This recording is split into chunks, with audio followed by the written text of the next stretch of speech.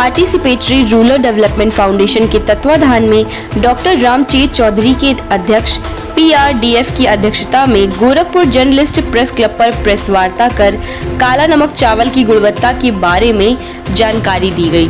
Doctor Ramchet Chaudhary ने बताया कि लगभग 3000 वर्षों से भगवान बुद्ध की प्रसाद के रूप में प्रचलित काला नमक का क्षेत्रफल घटकर विलुप्त होने के कगार पर था। किसान और उपभोक्ता कहते थे इसका स्वाद और सुगंध लुप्त हो गया है। काला नमक की खेती घाटे का सौदा हो गई थी। कोई सरकार द्वारा विमोचित कोई प्रजाति नहीं थी जिसका शुद्ध बीज मिल सके, जिसके बाद PRDAF संस्था के प्रयास से इसके क्षेत्रफल को बढ़ाने का प्रयास किया गया। किसानों के खेत से काला नमक के 250 नमूने एकत्रित कर उनमें सर्वोत्तम नमूनों को शुद्ध रूप से KN3 के नाम से वर्ष 2000 में प्रजाति के रूप में उत्तर प्रदेश कृषि विभाग तथा भारत सरकार से मान्यता दिलाई गई।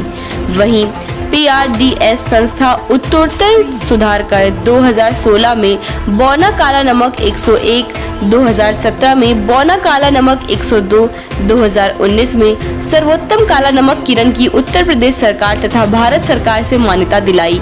3 प्रजातियों की उपज KN3 से दुगनी तथा अवधि 1 सप्ताह से कम है। काला नमक की सुगंध और चावल के गुण के KN3 के बराबर है।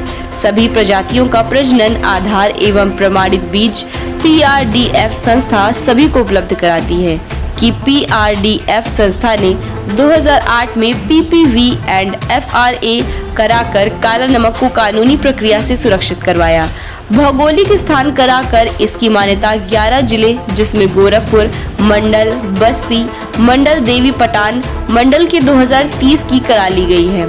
वर्ष 2010 में काला नमक की जैविक उत्पादन विधि का प्रोटोकॉल विकसित करना था तथा इससे काला नमक का जैविक उत्पादन संभव हुआ। हजारों किसानों ने काला नमक धान की खेती और जैविक खेती करने का प्रशिक्षण 11 जिलों में दिया जा रहा है। अगर हम क्षेत्रफल की बात करें तो 1960 में 50,000 हेक्टेयर काला नमक बोने की परंपरा थी। 1970 में घटकर 40,000 हो गई, 1980 में 10,000 हो गई, 1990 में 2,000 हो गई, सन 2000 में 2,000 ही रही, सन 2010 में 3,000 हुई, सन 2015 में 10,000, 2016 में 20,000, 2017 में 25,000, 2018 में 35,000, 2019 में 40,000, 2020 में 45,000 और सन 2021 में 50,000 अनुमानित हेक्टेयर क्षेत्र में काला नमक बोया जाएगा। सर, किस संबंध में आज आप प्रेस वार्ता कर रहे हैं? ये काला नमक चावल जो यहाँ की पहचान है पूर्वांचल की और ख़ासतौर से 11 जिलों की जहाँ पे कि भौगोलिक सूचकांक है इसका, उसको प्रमोशन के लिए किस तरह से इसको बढ़ाया जाए और बढ़ाने के शब्द के माने आप समझोगे जब हम ये कहें कि किसी समय ये विलुप्त हो रहा था, जो 70 के दशक में ये विलुप्त होने के कगार पर था क्योंकि इसका क्षेत्रफल 2000 हेक्टेयर के पास आ गया था और लोग घाटे का सौदा होते हुए भी शौकीन लोग इसकी खेती करते थे। तो काला नमक की खेती एक तरह से घाटे का सौदा हुआ करता था। पैदावार कम थी, कोई प्रजाति नहीं थी इसकी और दूसरी प्रजातियाँ जो मोटी थी उनसे काफ़ी पैसा किसान को मिलता था। इससे घाटे तो लोग अपने खाने के लिए ही ये उगाते थे। बाजार में काला नमक चावल नहीं मिलता था, वही अवस्था थी इसके ख़त्म होने की।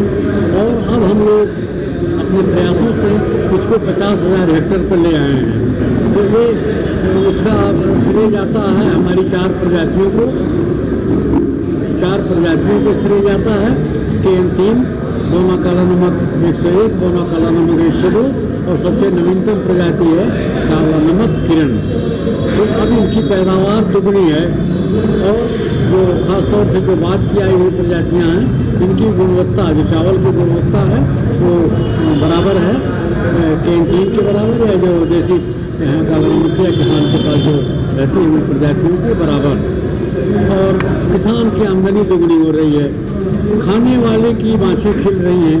कारण है कुछ तो जानते हुए और कुछ न जानते हुए भी खा रहे हैं। जानते हुए जो खा रहे हैं वो तो कहते हैं ठीक है, हम जो हैं शुगर के मरीज हैं, डायबिटिक हैं, डॉक्टर ने हमको मना कर दिया चावल खाने के लिए। हम लोग उसको कहते हैं इसका ग्लाइसेमिक इंडेक्स 50 और 52 के बीच में है, आप इसको खाइए, खूब खाइए, तो शुगर फ्री है। तो क्योंकि भगवान बुद्ध का प्रसाद है, तो प्रसाद में तो गुण ही गुण भरे होते हैं। तो भगवान बुद्ध का प्रसाद तो मतलब है शुगर फ्री है। डायबिटिक लोग उसको आराम से खाएं।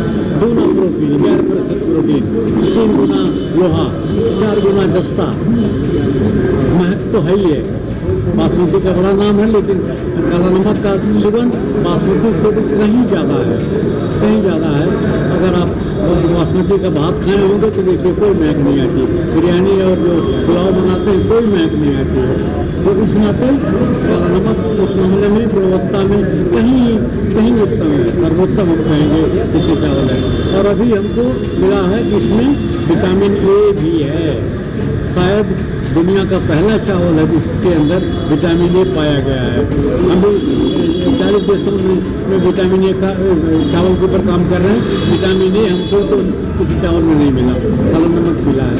तो इससे ज़्यादा गुणवत्तापूर्ण चावल तो दूसरा कोई है ही नहीं। अब उसके बढ़ावे के लिए, उसके प्रोत्साहन के लिए हम लोग आज की प्रेस कॉन्फ्रेंस आगे कर रहे हैं। और हम चाहेंगे कि आप लोगों के माध्यम से ये बातें दूर दूर तक जाएँ। एक चीज़ और मैं बता दूँ, अभी कल ही सिविल सर्विसेज डे मनाया गया है, जिसमें कि हमारे प्रधानमंत्री श्री मोदी जी ने काला नमक के लिए ही सिद्धार्थनगर जिले के डीएम, जो इसके पहले निवर्तमान डीएम थे श्री दीपक मीणा जी, उनको सम्मानित किया है। और वो सम्मान कर उनको दिल्ली में ये दिया गया।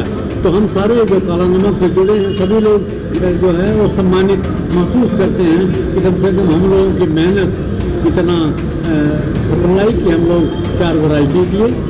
इसका भौगोलिक सूचकांक बनवाया जो 2030 तक जारी रहेगा। उसके अलावा इसको किस तरह से जैविक बनाया जाए, क्योंकि तमाम लोग तमाम दवाइयाँ जहर माहौल डाल के और काला नमक को भी खराब कर रहे हैं, लेकिन जैविक विधि से किस तरह से इसका उत्पादन किया जाए उसका भी हम लोगों ने प्रोटोकॉल बनाया, उसका भी प्रयोग हो रहा है। हमारी संस्था DRDF वो प्रमाणित करती है और उसका जो लोगो है प्रमाणीकरण का, ये हमारी संस्था देती है, क्योंकि हम लोग national centre of organic farming के रीजनल काउंसिल हैं। तो हम लोग किसानों का जैविक उत्पादन भी करवा रहे हैं, उसको प्रमाणित कर रहे हैं। ये सारी तकनीक देने के कारण ही अब इसका जो क्षेत्रफल है वो 50,000 पिछले साल पहुंच चुका था। और ये उम्मीद है कि लाखों एकड़ में भी जाएगा आगे चल के। इसी नाते आज का ये प्रेस कॉन्फ्रेंस किया जा रहा है।